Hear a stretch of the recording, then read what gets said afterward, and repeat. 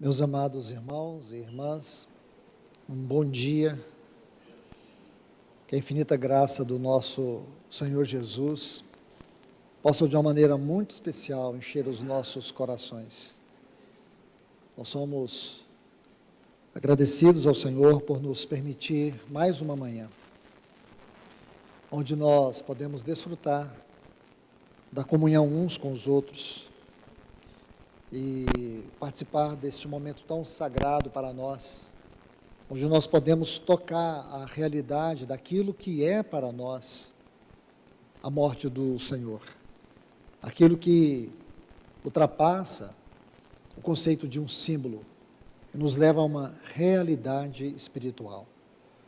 Hoje nós estamos aqui mais uma vez para participarmos da mesa do Senhor. Assim como a igreja primitiva reunia todas as manhãs do primeiro dia com o único propósito: partir o pão, comer e beber do Senhor. Para nós não há outro sentido, apenas a reunião pela reunião, a reunião pela igreja, a reunião por causa do programa, a reunião. Ela não tem que se tornar o centro. O Senhor é o centro da reunião. É por causa dele que nós estamos aqui. E nada poderá ser feito sem esta consciência. É isso que buscamos a cada manhã. E, meus amados, por esses dias o Senhor tem derramado ao meu coração este encargo de compartilhar sobre esses últimos 6 meses da vida do nosso Senhor, em especial agora, esse tempo da cruz, os acontecimentos da cruz. Na semana passada nós estivemos estudando sobre o ladrão da cruz, Cristo e o ladrão da cruz, onde nós fomos tomados pelo senso de temor, como também de gratidão. Quantas lições nós podemos ouvir e aprender sobre a grandeza daquele acontecimento. Talvez tenha sido um dos acontecimentos, do ponto de vista da experiência humana, um dos maiores no ministério de Cristo. E, em tão poucas palavras, nós podemos ver um oceano de lições, de profundidades espirituais. E hoje eu quero compartilhar algo com vocês sobre a morte do nosso Senhor. Portanto, eu convido a todos que abram suas Bíblias em Lucas capítulo 23. Lucas capítulo 23, versículos 44 a 47 diz: E era já quase a hora sexta, meio-dia, e houve trevas em toda a terra, até a hora nona, até as 3 da tarde. Escurecendo o sol, e rasgou-se ao meio o véu do templo. Mateus capítulo 27, versículo 51, diz assim: Eis que o véu do santuário se rasgou em 2 partes, de alto a baixo. Versículo 46, e clamando Jesus com grande voz. Essa frase ela tem que ser muito bem examinada e estudada, dentro do contexto da situação na qual ele se encontrava. Grande voz, ele deu um brado: Pai, nas tuas mãos entrego o meu espírito. E havendo dito isso, expirou, entrou na morte. E o centurião, vendo o que tinha acontecido, deu glórias a Deus, dizendo: na verdade, este homem era justo. Agora me permita voltar a Mateus 27, 51, onde diz: Eis que o véu do templo se rasgou em 2, de alto a baixo. Aí a frase final: e tremeu a terra, e fenderam-se as rochas. É muito importante isso aqui. ler esses textos juntos nos ajuda a ter uma visão clara de toda a situação. Oremos. Bendito Deus, amado Pai, nós pedimos aqui, Senhor, mais uma vez, a Tua ajuda, a ajuda do Teu Espírito Santo, para nos conduzir de maneira reverente à meditação destas palavras. Faz-nos ver, Senhor, faz-nos ver em nosso espírito, pelo poder da Tua palavra que lemos, aquele quadro, no qual o nosso Senhor Jesus estava ali por nós, padecendo, sofrendo, e o que significou Ele entrar na morte, o que significou Ele morrer naquela cruz, para que isso se torne, ó Deus, um poder que cura, que liberta, que transforma, um colírio para ungir os nossos olhos, uma luz para o nosso caminhar, para que nós possamos viver à altura desta obra, como os resgatados, os redimidos, um povo que o Senhor comprou com a vida do Teu Filho. Ajuda-nos a ver, Senhor. Tira de nós o olhar superficial, tira de nós esse ouvir superficial. Queremos ouvir a Tua voz, queremos sentir a Tua palavra que bate como um martelo, mas que penetra como uma espada. Essa palavra viva, poderosa e eficaz. Nós te pedimos em nome de Jesus. Amém, Senhor. Meus amados irmãos e irmãs, aqui nós estamos diante daquele que é, sem dúvida, o maior acontecimento do universo, a morte do nosso Senhor. Antes desta última palavra, nosso Senhor havia proferido uma outra, que está lá em João capítulo 19. Está consumado. Os grandes estudiosos afirmam que esta é a maior palavra que existe em todo o universo. Está consumado. Em português nós temos uma frase, porém no texto grego nós temos apenas uma palavra, tetelestai. Esta é a palavra, terminou, acabou. E aqui nós temos a última palavra do nosso Senhor, a palavra do triunfo. Aqui nós podemos ver algo tão sublime. A morte do nosso Senhor foi o maior acontecimento que já houve. Grave isso no seu coração. Amados irmãos, não é justo que um cristão que professe a fé no Senhor, um cristão que diga que os seus pecados estão perdoados, que afirme isso com convicção, um cristão que admite a vida eterna, não é possível que esse cristão tenha uma visão superficial da morte do Senhor. Este assunto requer de nós tamanha reverência, que a sensação que eu tenho é que nós deveríamos tirar a sandália dos nossos pés, para poder tocar neste assunto. Porque se o nosso Senhor não tivesse morrido naquela cruz, no nosso lugar, aquela morte expiatória, aquela morte, se ela não tivesse ocorrido, o mundo já teria totalmente desintegrado. Nós seríamos as pessoas mais infelizes e possivelmente nem teríamos existido, porque há muito o mundo já teria sido destruído. O caos, a partir desse momento, teria devastado o mundo. Mas a morte do Senhor Jesus não apenas satisfez a justiça de Deus, a morte do Senhor Jesus não apenas trouxe sobre Ele mesmo a ira de Deus que era contra nós, a morte do Senhor Jesus não apenas destruiu os grilhões das portas do Hades, do inferno.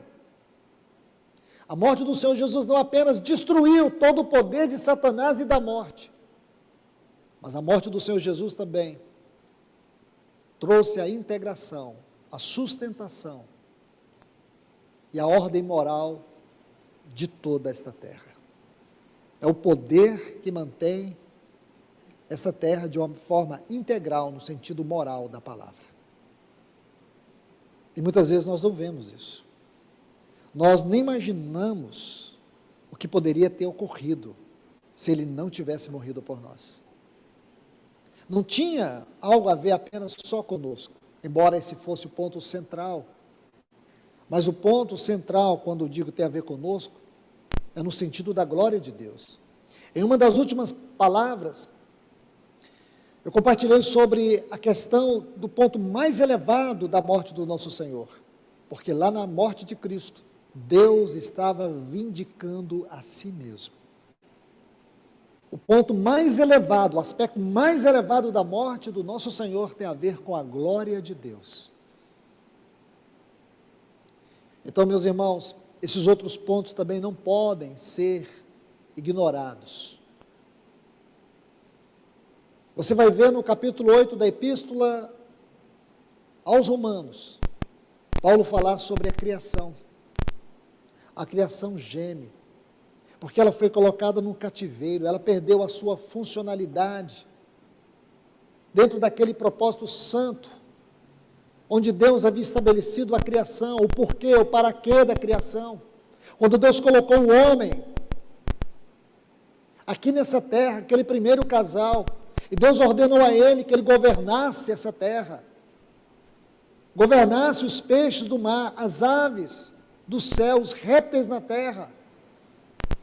A palavra ali no sentido hebraico é de domínio, é de governo. Deus colocou o homem, em Gênesis 2,15, diz que ele tinha o trabalho de guardar. E por quê? Porque havia um inimigo, havia uma rebelião em curso que havia ocorrido dentro da esfera da eternidade.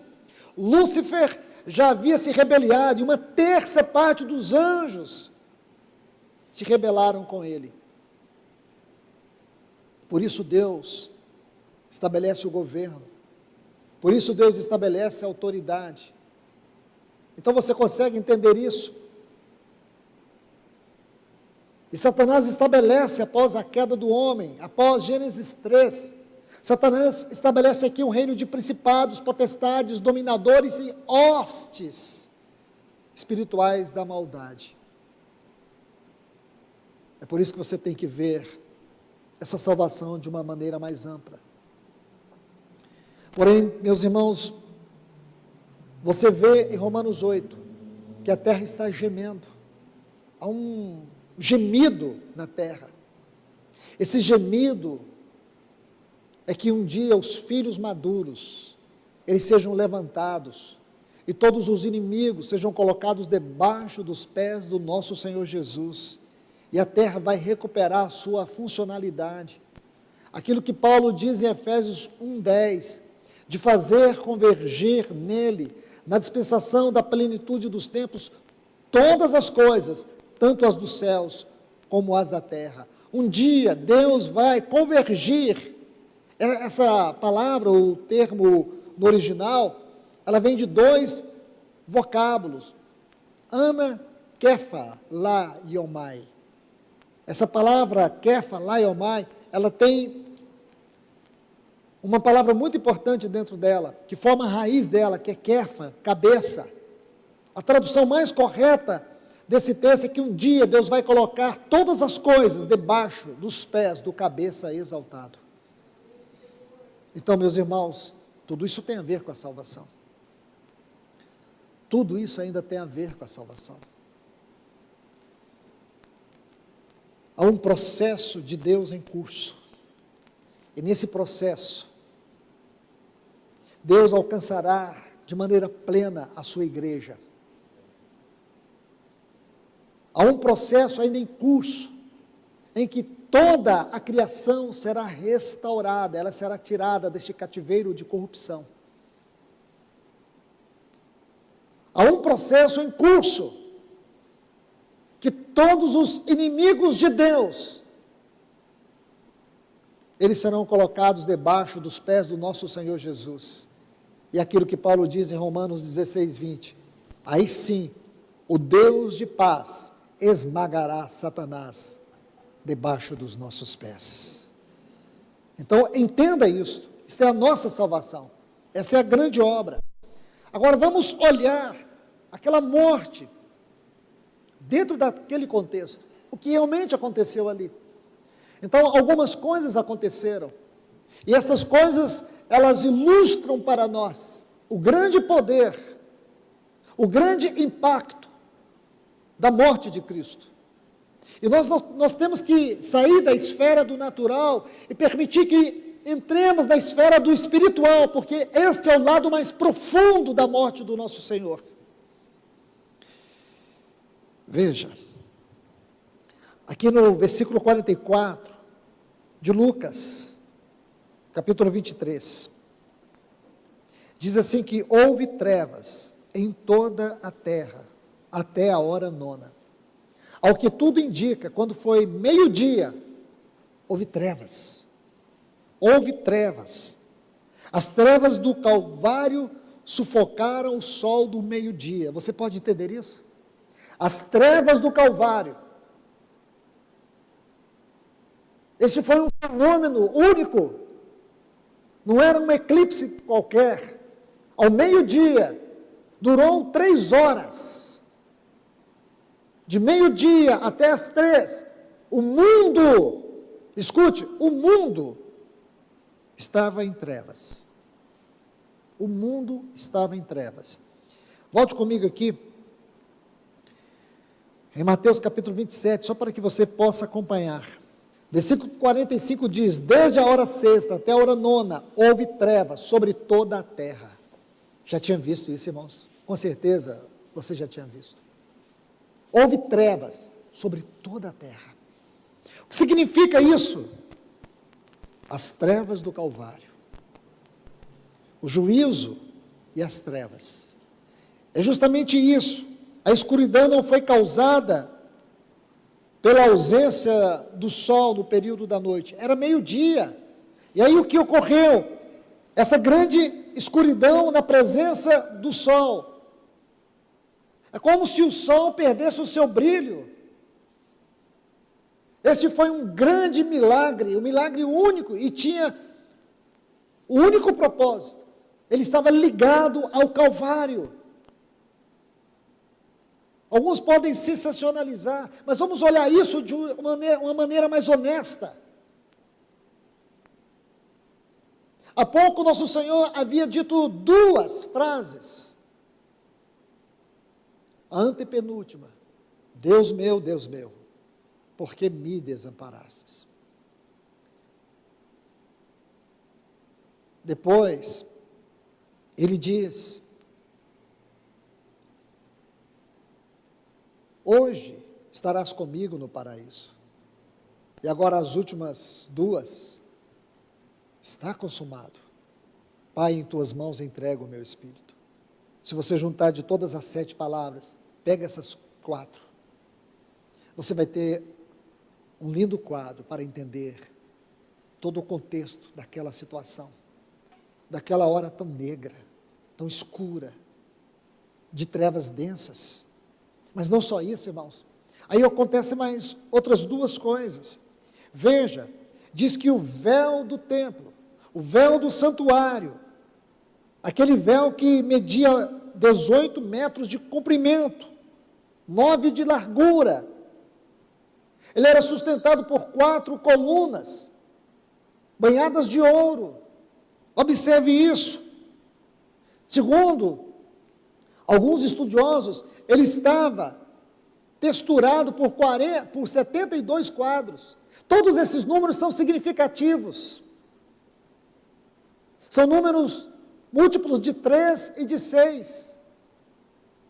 Você vai ver aqui nessas medidas, nessas particularidades, o número 3 e o número 6. Isso é sugestivo, irmãos, porque o número 3 é o número da Trindade, e o número 6 é o número da humanidade, é o número do homem. Porque tudo que vai acontecer aqui tem a ver com a Trindade e conosco. Tudo que vai acontecer nessas horas tem a ver conosco, irmãos. Isso é muito impressionante, porque este véu, segundo os estudiosos, para poder desmontá-lo, para poder manuseá-lo, era necessário aproximadamente 300 pessoas, porque exigia muito trabalho, muito cuidado e grande temor. Era o véu que separava o lugar santo do lugar santíssimo. Naquela hora estava sendo celebrada em Jerusalém a Páscoa. O sumo sacerdote estava fazendo todo o ritual da Páscoa. Só que a verdadeira Páscoa estava no Gólgota, muito longe da vista deles, no sentido da realidade espiritual. Agora imagine o susto, o espanto daquele sumo sacerdote, porque ele tinha que cumprir, a priori, um grande ritual sobre si mesmo, para poder ministrar a Deus pelo povo. Agora você pode imaginar o susto do sumo sacerdote, quando de repente ele está no lugar santo e ele vê aquele véu rasgando de alto a baixo. E você vai perceber na leitura que logo a seguir ocorre o quê? Ocorre um terremoto. Então Deus faz tudo isso pelas suas próprias mãos. E há muito que nós temos que aprender aqui. Há muito. Eu creio que pelo menos 4 lições nós temos que tirar. A primeira lição, aqui termina todo o simbolismo. Tudo aquilo que era o simbolismo do Velho Testamento, do Antigo Pacto, chega ao seu final. Por isso nós, a Igreja do Senhor Jesus, nós não vivemos debaixo de simbologia. A igreja não vive governada nos seus afetos, na sua devoção, por figuras, por imagens. O que nós temos é uma realidade espiritual. A morte do Senhor não é um símbolo para nós. A morte do Senhor é uma realidade espiritual. Essa morte, ela tem que ter um profundo significado em nossa vida, em nossa experiência cristã. Porque ela é a base de tudo. Ela é a base de tudo. O segundo ponto que eu quero que você observe é que a velha economia cumpriu o seu propósito. A velha economia do Antigo Testamento, do Antigo Pacto, cumpriu o seu propósito. Agora é a nova economia. Por isso nosso Senhor Jesus fala de um novo pacto, uma nova aliança, porque essa velha aliança cumpriu. Enquanto o símbolo estava no templo em Jerusalém, a realidade estava no Calvário. Símbolo e realidade. Você consegue enxergar isso? Aqui agora inicia um novo pacto. E nós temos que abrir o capítulo 8 da Epístola aos Hebreus e entender tudo isso. Agora nós estamos debaixo de um novo pacto. E nesse novo pacto diz que os nossos pecados são perdoados para sempre. Porém, lá naquela Páscoa, lá naquele ritual do templo, eles teriam que fazer o aniversário do pecado todos os anos. Eles tinham que repetir esse sacrifício todos os anos. Agora não. Não há necessidade de haver uma repetição, porque o que Cristo fez, Ele fez para sempre. Terceiro ponto. Aqui o nosso Senhor também termina. O fim do sacerdotalismo. Agora não há mais necessidade de sacerdotes. Não há mais necessidade que haja intermediários. Aqui está o fim do sacerdotalismo. Quando aquele véu rasgou, pronto, acabou. Não há necessidade que ninguém entre por nós. Não há necessidade que alguém vá por nós. Agora você pode ir, você pode entrar. Hebreus capítulo 10 e o versículo 19, diz que você tem ousadia, você tem intrepidez, não pela sua justiça, não pela sua santidade, não porque você merece, você é digno, não, porque o Senhor, aquele que é digno, Ele realizou uma obra tão grande, tão estupenda, tão poderosa, com um poder infinito, a ponto de satisfazer toda a justiça de Deus e remover aquilo que era contra nós, a ira de Deus. Ele nos abriu um caminho para o santuário eterno, para o trono de Deus. Eu e você podemos entrar, mesmo com tantas culpas, mesmo sendo tão indignos, mesmo não sendo merecedores. O sangue de Cristo Jesus nos garante o direito de entrar. Você consegue ver isso? Você consegue perceber isso? E o que as acusações do inimigo falam a você? Fala que você não é digno. Fala que você não merece. Quantas vezes você se autocondena? Quantas vezes você é esmagado pela culpa? Nunca duvide do poder do sangue de Cristo. Nunca duvide do que Ele fez por você. Nunca duvide disso. Se você é filho, se você nasceu de novo, se você realmente experimentou isso, esta realidade suprema do novo nascimento, Deus escreveu o teu nome no livro dele, Ele não apaga. Ele não apaga. Deus colocou você numa posição que Ele não vai te tirar, como o pai não destituiu o filho pródigo da sua posição de filho. Filho é uma posição que você jamais perderá. Você poderá perder o reino, mas você não vai perder a condição de filho.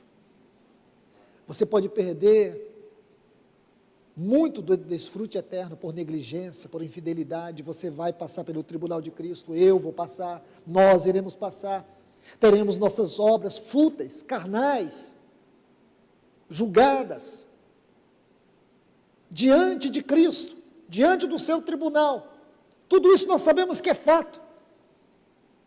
Por isso não brinque com a sua vida cristã, não brinque com essa sagrada posição que você tem de filho, de filha, porque tudo isso tem que ser extremamente significativo para nós.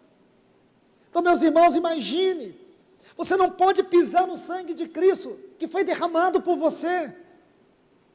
Você não pode ignorar o que Cristo realizou lá na cruz, no teu lugar. E agora, mais do que nunca, você tem que entender que não existem mediadores.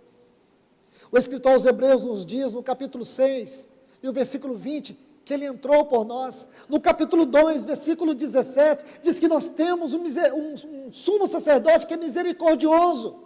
Ele é fiel. Quanto a Deus, Ele é fiel. Quanto a nós, Ele é misericordioso. E Hebreus 6,20 diz que Ele entrou por nós. No final de Hebreus 5, 6, e a exposição gloriosa do capítulo 7, sobre o sumo sacerdócio de Cristo, segundo a ordem de Melquisedeque, tem que ser algo que arrebate o nosso coração, irmãos. Nós temos um sumo sacerdote diante de Deus por nós.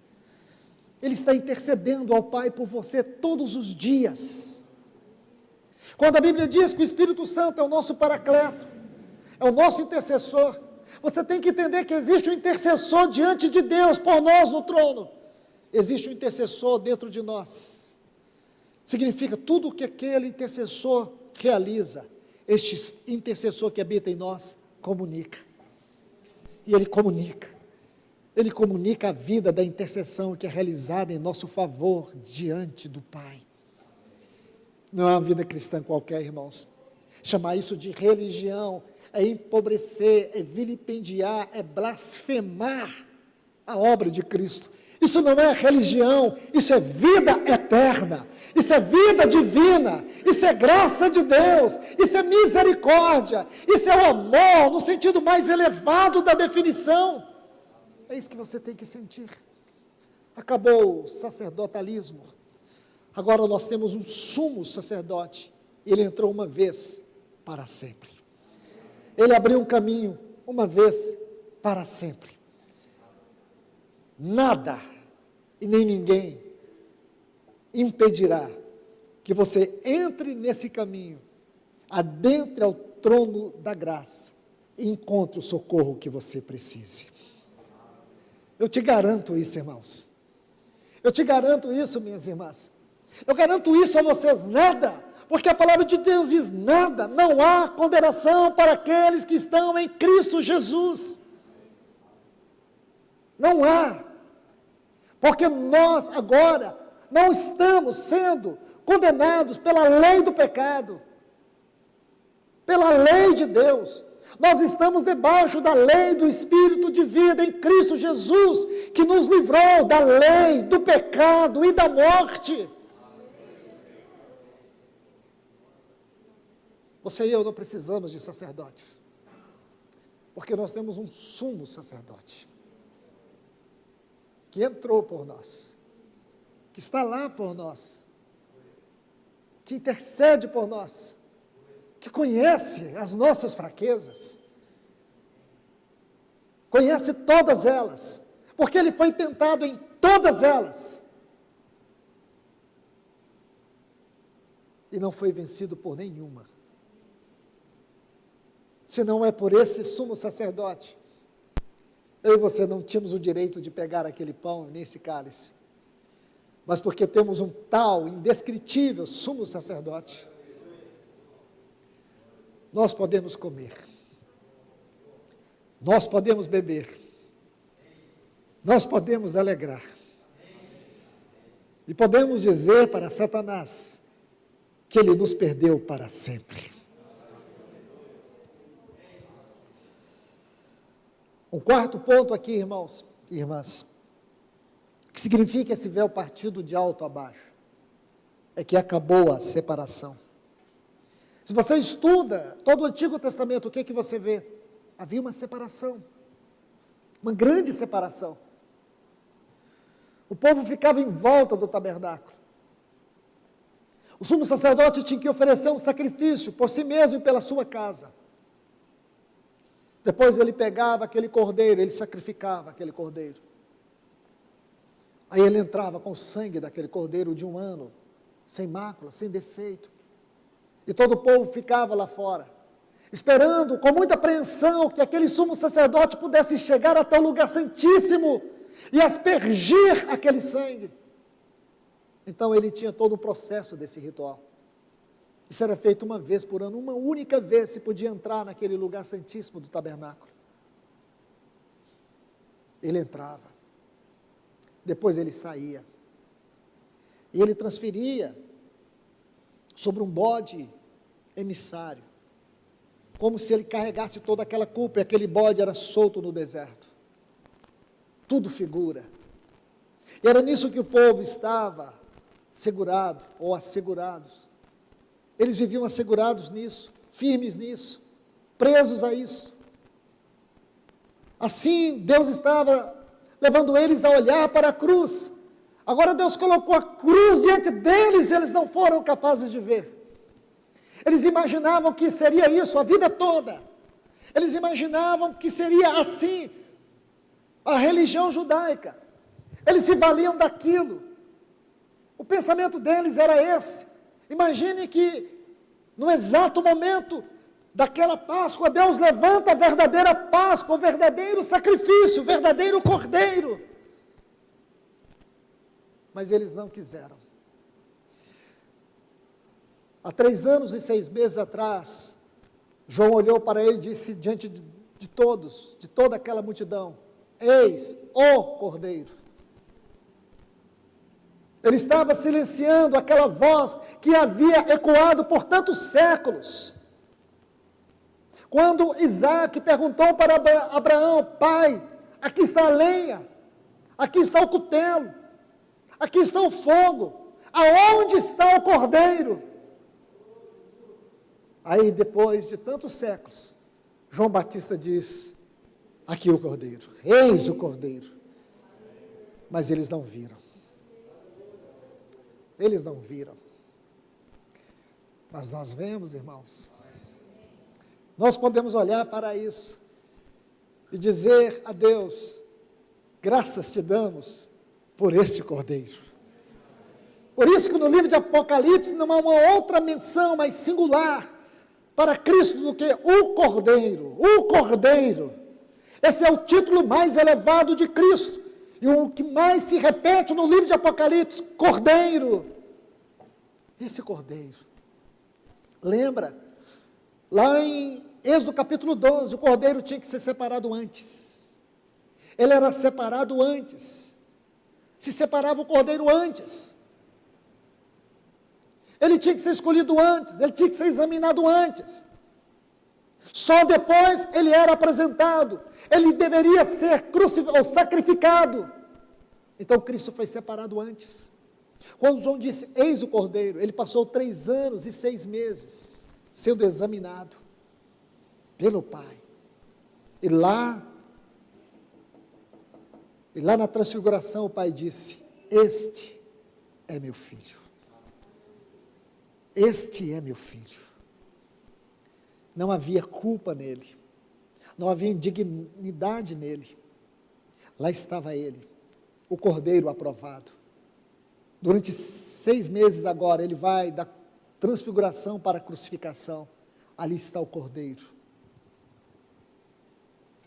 Não há mais separação, irmãos.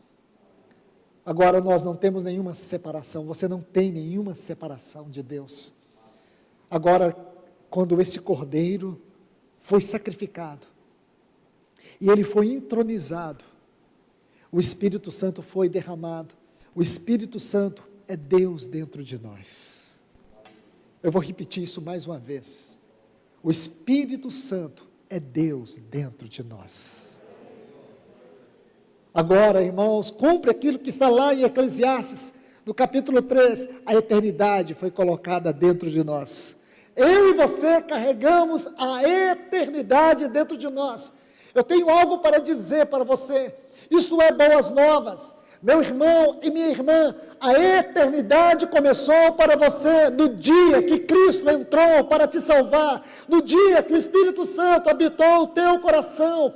A eternidade já começou para mim e para você. A eternidade existe para nós em termos de uma realidade espiritual. Sabe por quê? Porque quando nós o adoramos, porque quando nós nos reunimos, quando você concentra os seus pensamentos, a sua devoção nele, você precisa saber que de uma maneira espiritual e real, você está diante do trono da graça. Irmão, irmã, abra os seus olhos. A vida cristã, ela é uma vida rica, não é uma vida superficial. Eu e você não dependemos de sensacionalismos, não dependemos de qualquer coisa exterior, para que nós possamos contatar o trono de Deus. O trono de Deus é uma propriedade que nós já temos em Cristo Jesus. O capítulo 4 da Epístola aos Hebreus vai nos dizer isso, que nós podemos nos achegar confiadamente ao trono da graça. Consegue entender isso, irmãos? Nós, muitas vezes por ignorância, nós somos ofuscados na nossa visão espiritual. Nós diminuímos as realidades espirituais, porque o que nós queremos é uma religião. Nós queremos uma coisa para tocar. Nós queremos viver a vida cristã num caminho inverso daquilo que é a palavra de Deus, naquilo que a palavra de Deus diz para nós. A vida cristã que Deus destinou para você em Cristo é uma vida extremamente elevada. É uma vida de uma realidade profunda. Sim, nesse corpo nós sofremos. Nesse corpo nós somos esmagados. Sofremos decepções, frustrações, perdas, dores.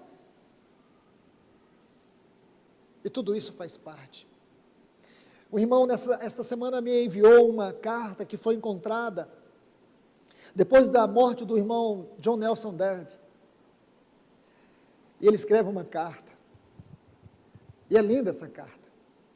Eu vou tentar sintetizar essa carta para você, onde ele diz que agora ele compreendia que tudo o que ele passou, que todas as lutas, que todas as perdas, que todas as vergonhas, que todos os sofrimentos, era a própria mão de Deus. Não foram circunstâncias, não foram acidentes, era o próprio Deus fazendo tudo aquilo, para que Cristo pudesse ser formado na vida dele. Entenda isso. Assim era a vida de Paulo, a vida de um homem que sofria. Olha o capítulo 11 de 2 Coríntios, ele vai narrar o quanto foi esmagado, o quanto ele sofreu, o quanto foi injustiçado, as suas prisões, os açoites, os falsos irmãos, as perseguições, como aquele homem de tamanha envergadura espiritual pode sofrer daquela maneira, apedrejado. Certa feita, ele foi apedrejado de tal forma que eles o deram como morto. Alguns estudiosos chegam a acreditar que ele realmente morreu. Naufrágios, açoites com varas. Mas quando ele entra no capítulo 12, ele diz: conheço um homem em Cristo. Aí ele vai falar da sua experiência, para que eu não me ensoberbecesse. Deus colocou em mim um espinho na carne. É claro, irmãos, não fica tentando achar o espinho na carne onde não tem. Na vida de Paulo, o espinho na carne é o que ele está exatamente dizendo, que a hermenêutica nos ensina. Seus sofrimentos, esse paradoxo. Por um lado, tantos sofrimentos, porém, por outro lado, um céu aberto, um trono à disposição, um sumo sacerdote assentado, privilégio de poder entrar na presença de Deus. Assim é você e assim sou eu, somos todos nós. Aleluia, irmãos, que tudo isso nós temos por causa dessa morte. Deixa eu concluir, irmãos, já passei do horário, mas deixe-me concluir. O terceiro aspecto ali da morte de Cristo, aqui em Mateus 27, 51, diz que tremeu a terra e fenderam as rochas. No momento que Cristo morreu, o poder da sua vida, escute o que eu vou te dizer, o poder da vida de Cristo entrando na morte, causou um grande terremoto.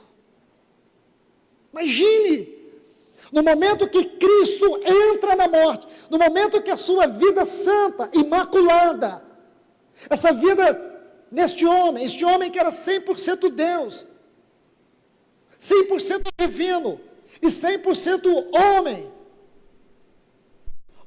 como nós, porém diferentemente de nós, ele era 100% Deus.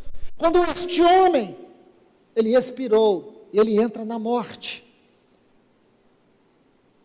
A minha imaginação, irmãos, é de que houve uma explosão tão grande na esfera espiritual, que os grilhões das portas do Hades se rompem. Um grande terremoto ocorreu. Um grande terremoto ocorreu e fendeu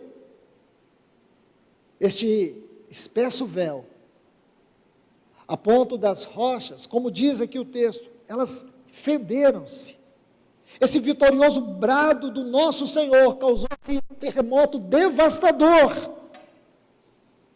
Aí, por último, os versículos 52 e 53 de Mateus 27, diz que abriram-se os sepulcros, e muitos corpos de santos que dormiam ressuscitaram, e saindo do sepulcro, depois da ressurreição do nosso Senhor, isso aqui é um ponto que tem que ser colocado, porque esse acontecimento não foi imediato, esse acontecimento diz, depois da ressurreição do Senhor, eles entraram na cidade santa. Meus irmãos e irmãs, eu sou honesto em dizer para vocês, eu nunca encontrei uma explicação plausível sobre esse texto. A única coisa que eu consigo é enxergar o que eu leio. A única coisa que eu consigo é enxergar o que eu leio aqui, que aconteceu esse milagre. Ele foi distinto, específico, alguns, não foram todos, alguns, possivelmente alguns daquele contexto histórico, alguns daquela realidade histórica, alguns. Está vendo aqui? Saindo dos sepulcros, depois da ressurreição do nosso Senhor, e entraram na cidade santa. Aí, muitos estudiosos dizem que essa cidade santa pode ser numa esfera espiritual, e não a cidade de Jerusalém, porque não havia essa referência a ela.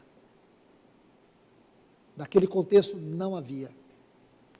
Porém, irmãos, aqui eu não vou entrar onde eu não consigo enxergar além, e não vou ficar especulando, porque isso não faz parte da minha vida, mas apenas diz que isso aconteceu.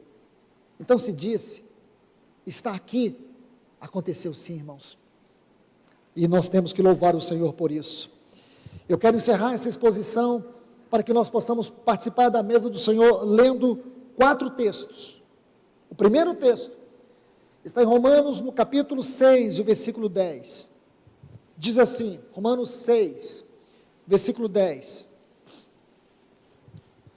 Pois quanto a ter morrido de uma vez para sempre, ele morreu uma única vez para sempre, morreu para o pecado, mas quanto a viver, vive para Deus. Segundo texto, Hebreus capítulo 7, o versículo 27, diz assim, que não tem necessidade, como os sumos sacerdotes. Ele está fazendo um paradoxo entre os sacerdotes da antiga aliança e Cristo, o sumo sacerdote. Como os sumos sacerdotes, de oferecer todos os dias sacrifícios, primeiro por seus próprios pecados, depois pelos do povo, porque fez isto uma vez por todas, quando a si mesmo se ofereceu. Fez isto uma vez por todas. Ah, irmãos, que alegria isso. Deixe-me completar com mais outros 2 textos. Hebreus 9, 12. Diz assim, não por meio de sangue de bodes ou de bezerros, mas pelo seu próprio sangue, entrou no Santo dos Santos, uma vez por todas, tendo obtido eterna redenção. Por último, versículo 26 deste mesmo capítulo. Ora, neste caso seria necessário que ele tivesse sofrido muitas vezes, desde a fundação do mundo.